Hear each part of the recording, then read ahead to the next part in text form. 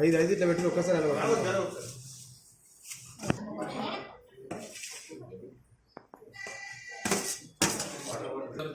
సరే సరే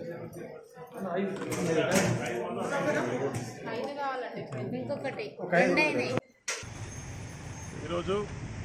ఇందిరాగాంధీ మనవడు కాంగ్రెస్ పార్టీ అగ్రనాయకుడు రాహుల్ గాంధీ గారి జన్మదినం సందర్భంగా ఆ యువ నాయకుడి యొక్క స్ఫూర్తితో తాను వారసత్వానికి రాజకీయాలకు పునాదులు వేయకుండా యువతరం రాజకీయాలకు రావాలని చెప్పని మేము యువజన కాంగ్రెస్ ఉన్నప్పటి నుంచి కూడా యువకులు రాజకీయాల్లో రావాలి, ఉత్సాహంగా పనిచేయాలని చెప్పని యువజన కాంగ్రెస్ యొక్క పద్ధతిని కూడా వారసులకి అంకితం చేయకుండా యువకులకు ఓటు సిస్టమ్ ద్వారా యువ నాయకులంతా కలిసి యూత్ కాంగ్రెస్లో మెంబర్షిప్ తీసుకున్న తర్వాత అక్కడ ఉన్నటువంటి వారికి సంబంధించినటువంటి మండల, రాష్ట్ర, దేశ స్థాయి వరకు కూడా నాయకులను స్వతహాగా ఆ యువకులే ఎన్నుకునే విధానాన్ని ఓటు రూపంగా తీసుకొచ్చి ఒక కొత్త సిస్టాన్ని ఏర్పాటు చేసి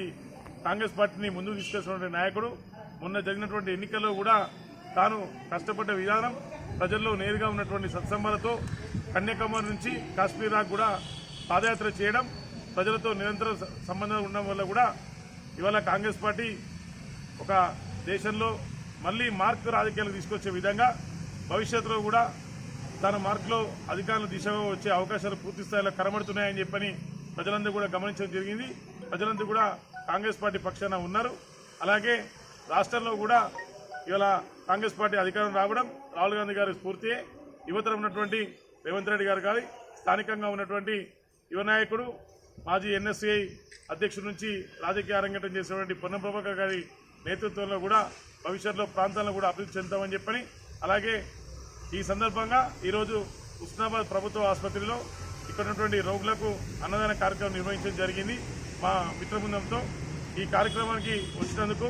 సహకరించినటువంటి అందరికీ కూడా పేరు పేరున ధన్యవాదాలు చెప్పుకుంటూ మరోసారి యువ నాయకుడు రాహుల్ గాంధీ గారు తన త్యాగాలకు ఉన్నటువంటి కుటుంబాన్ని ద్వారా ప్రజలకు రానటువంటి భవిష్యత్ కాలంలో కూడా ఒక దేశానికి అగ్రమైనటువంటి పీఠాన్ని వస్తాడని చెప్పి ఆశిస్తూ కాంగ్రెస్ పార్టీ పక్షాన అలాగే టీం పొన్నం పక్షాన ఇవాళ రాహుల్ గాంధీ గారికి జన్మదిన శుభాకాంక్షలు తెలియజేస్తున్నాం.